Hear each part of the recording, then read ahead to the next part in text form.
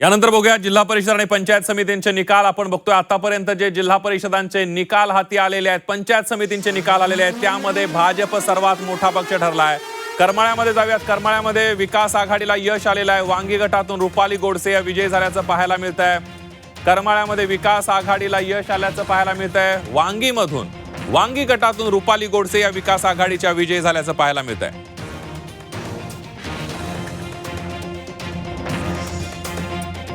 त्यानंतर बघूया पुढली एक मोठी बातमी. मोहोळमध्ये उमेश पाटलांना मोठा धक्का बसलेला आहे. मोहोळमध्ये राष्ट्रवादीच्या उमेश पाटील यांचा पराभव झालेला आहे. एक मोठी बातमी. कुरुलमधून 1300 मतांनी उमेश पाटलांचा पराभव झाला आहे. भाजपच्या सचिन जाधव यांचा कुरुलमध्ये विजय झाल्याचं पाहायला मिळत आहे.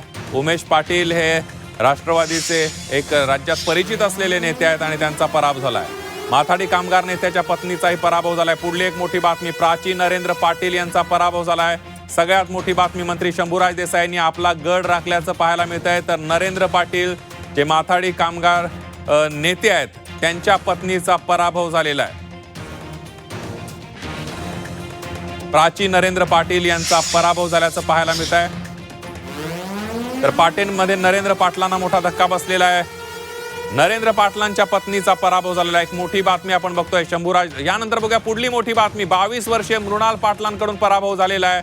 माथाडी कामगार नेते नरेंद्र पाटलांना मोठा धक्का बसलेला आहे. त्यांच्या पत्नीचा पराभव झाला आहे. अवघ्या 22 वर्षांच्या एका नवख्या उमेदवार तरुणीनं त्यांचा पराभव केलेला आहे. 22 वर्षीय मृणाल यांनी त्यांचा पराभव केल्याचं पाहायला मिळतंय. पुढली बातमी पंढरपूर मधली आहे. वाखरी गटातून मयुरी बागल विजय झाल्याचं पाहायला मिळत आहे.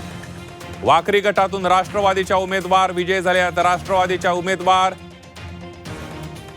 यांनी भाजपच्या मोनिका काळे यांचा पराभव केलाय. पंढरपूरमध्ये राष्ट्रवादीनं बाजी मारल्याचं पाहायला मिळत आहे. त्यानंतर पुढली महत्वाची बातमी. सोलापूरमध्ये भाजपची विजय घोडदौड कायम असल्याचं पाहायला मिळत आहे.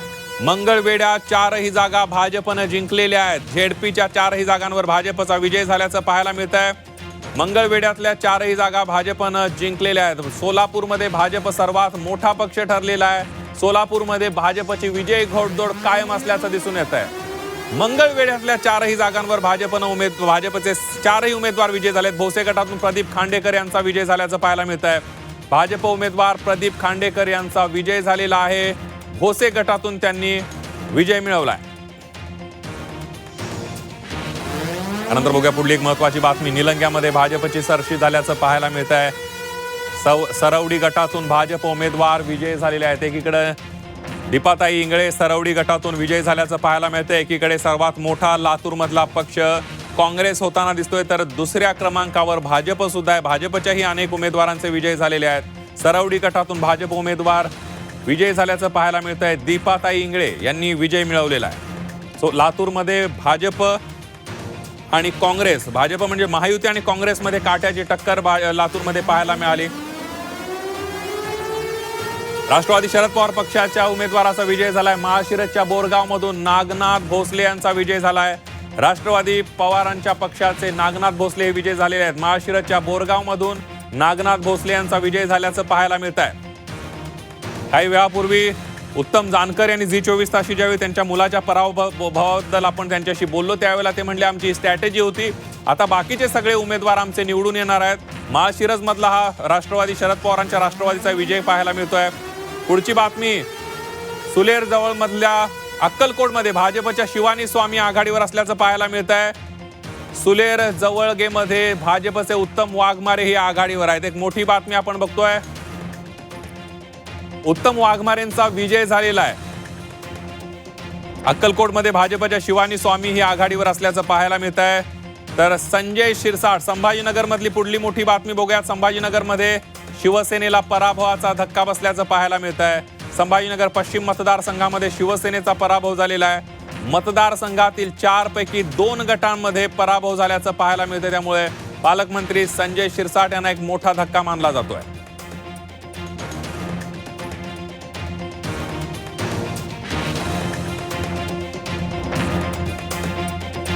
आपण बघूया ग्राफिकच्या माध्यमातून काय कशा पद्धतीनं चित्र आहे.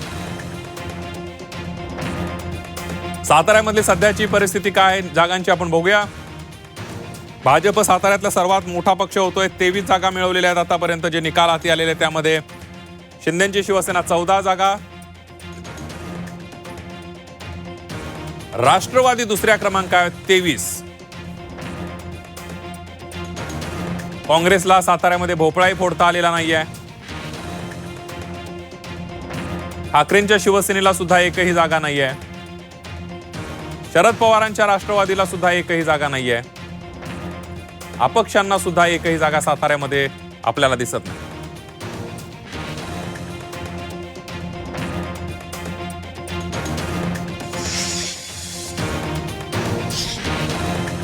यानंतर बघूया पुढली एक मोठी बातमी. नागपुरात एक मोठी राजकीय घडामोड घडते. चंद्रपूर महापालिका 2 अपक्ष नगरसेवक काँग्रेस नेते विजय वडेट्टीवार यांच्या निवासस्थानी दाखल झालेले आहेत. प्रशांत दानव आणि नंदू नागरकर हे 2 नगरसेवक काँग्रेस नेते विजय वडेट्टीवार यांच्या निवासस्थानी पोहोचलेले आहेत.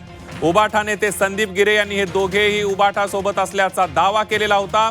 सुनील केदार देखील वडेट्टीवारांच्या निवासस्थानी पोहोचल्याचं पाहायला मिळत आहे. एक मोठी आणि महत्वाची बातमी आपण बघतोय.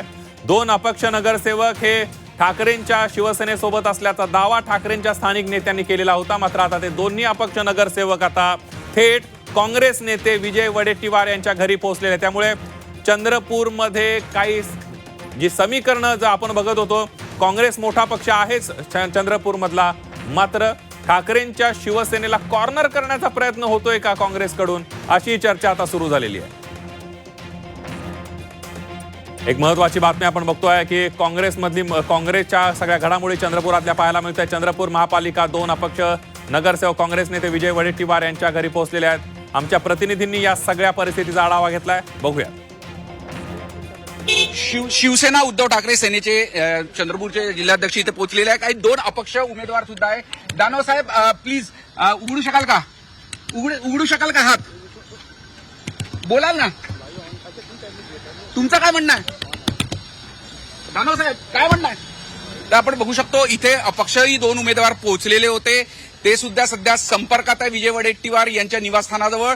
आणि आता संदीप गिरे यांनी भेटल्यानंतर स्वतः अपक्ष उमेदवार जे आहेत ते इथून निघालेले आहे. झी मीडियासाठी व्हिडिओ रत्नश्री सातपुतेसह अमर काणे, नागपूर.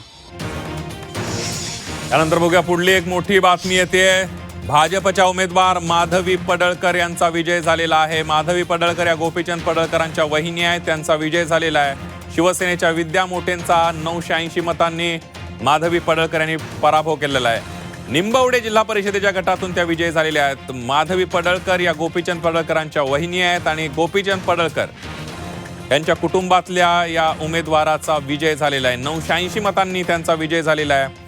निंबवडे जिल्हा परिषद गटातून पडळकर विजयी झाल्याचं पाहायला मिळत आहे. भाजपच्या उमेदवार माधवी पडळकर या विजयी झालेल्या आहेत. माधवी पडळकर या गोपीचंद पडळकर यांच्या वहिनी आहेत.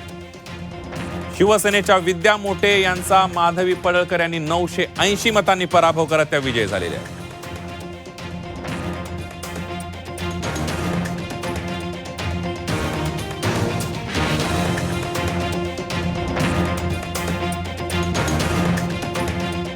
अनेक दिग्गजांच्या कुटुंबातले सदस्य या निवडणुकीच्या रिंगणात उतरले होते. काहींनी आपले गड राखले, मात्र काहींना पराभवाचा धक्का या ठिकाणी बसल्याचं पाहायला मिळत आहे. गोपीचंद पडळकर यांच्या घरातली सीट निवडून आलेली आहे.